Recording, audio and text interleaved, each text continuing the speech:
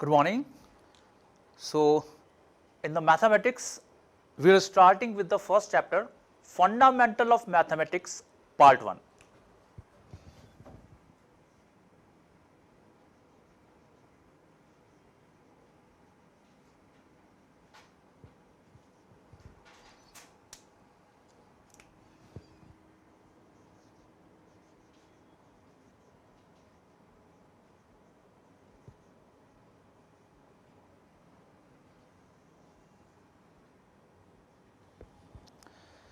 तो वैसे हम यदि आईआईटी के सिलेबस को हम देखेंगे तो इस हेडिंग के साथ कोई चैप्टर नहीं है, बट इस चैप्टर में हम कई बेसिक चीज़ें जो हैं सेट थ्योरी, लॉगरिथम है ना, और जो मेथड्स ऑफ इंटरवल है ना, ये सब चीज़ें हम डिस्कस करेंगे. तो let's start with sets.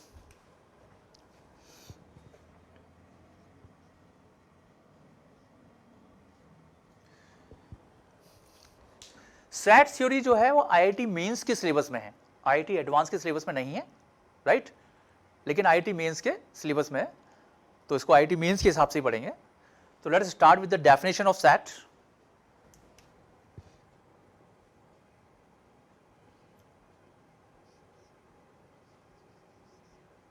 A set is a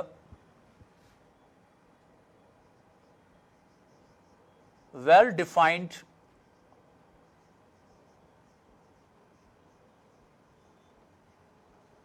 collection of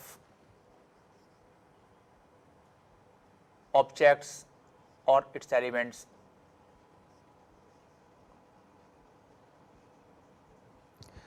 तो सेट जो है एक वेल डिफाइंड कलेक्शन है एलिमेंट्स का, ऑब्जेक्ट्स का, राइट?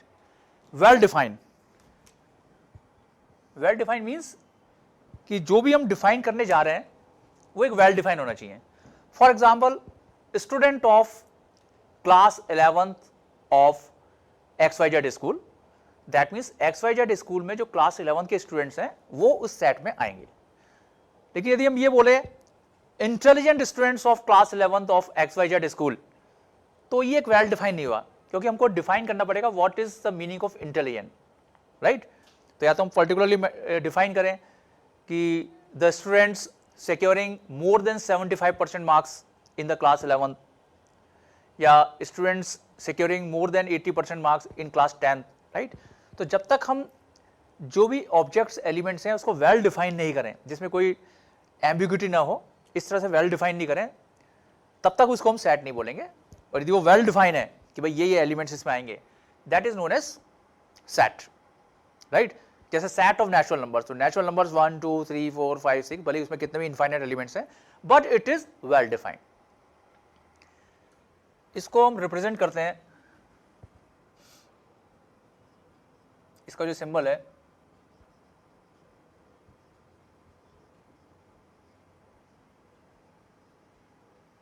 वो कर्ली ब्रैकेट है.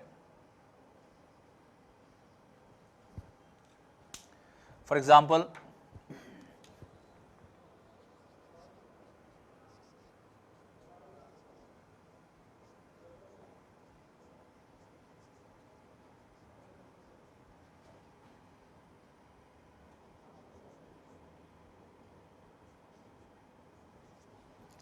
तो ये एक सेट है जिसमें 4 एलिमेंट्स हैं, पाई, -1/2, 11, 4/7.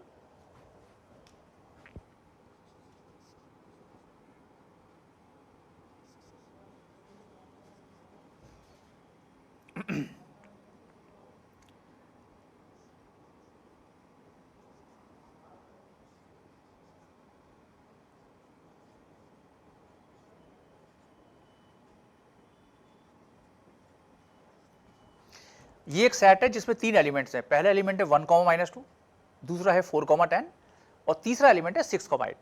तो एलिमेंट कैसे भी हो सकते हैं ना, सीधे एक नंबर्स हो सकते हैं या फिर ऑर्डर्ड पेयर, है ना? Ordered pair 1, -2 is a pair, ये इसका एलिमेंट है. 4, 10 it is a pair, 6, 10 is a pair. ये इसके 3 पेयर जो हैं वो इसके एलिमेंट्स हैं. तो इसमें कितने एलिमेंट्स हो गए? 3. और एग्जाम्पल देखें,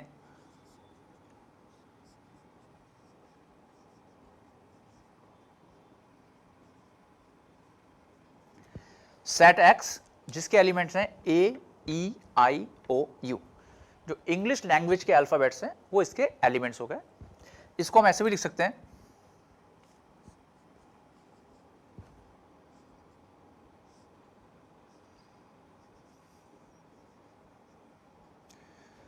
T is a vowel of English language.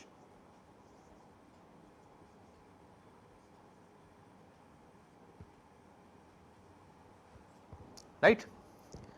Or we can write like this.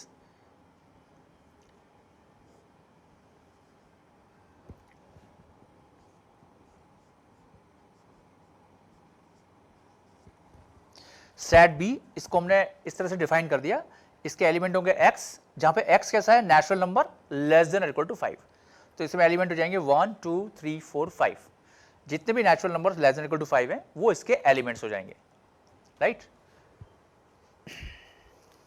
Now representation of sets,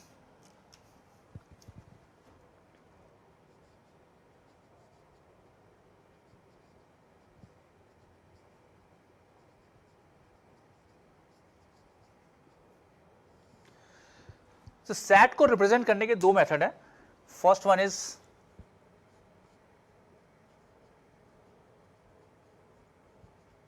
roster form और टेबुलर फॉर्म।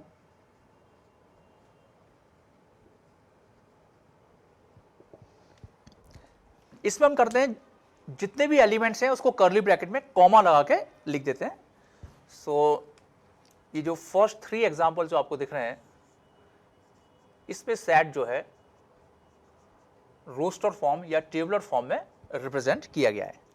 तो रोस्टर फॉर्म में रिप्रेजेंटेशन में क्या करते हैं, हम कर्ली ब्रैकेट्स में जितने भी एलिमेंट्स हैं उनको कॉमा लगा के रिप्रेजेंट कर देते हैं। सेकंड मेथड इज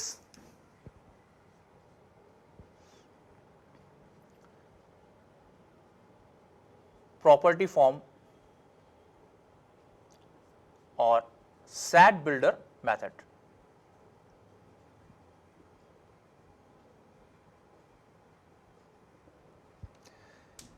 इसमें हम जो एलिमेंट्स हैं उसको एक प्रॉपर्टी की फॉर्म में या कुछ एक्सप्लेनेशन के साथ लिख देते हैं।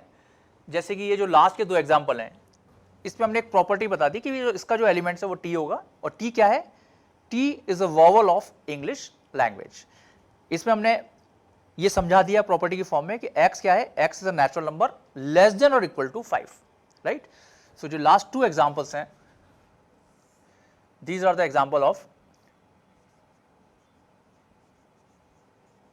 प्रॉपर्टी फॉर्म और सेट बिल्डर मेथड, राइट। तो ये सेट्स को रिप्रेजेंटेशन करने का मेथड हो गया।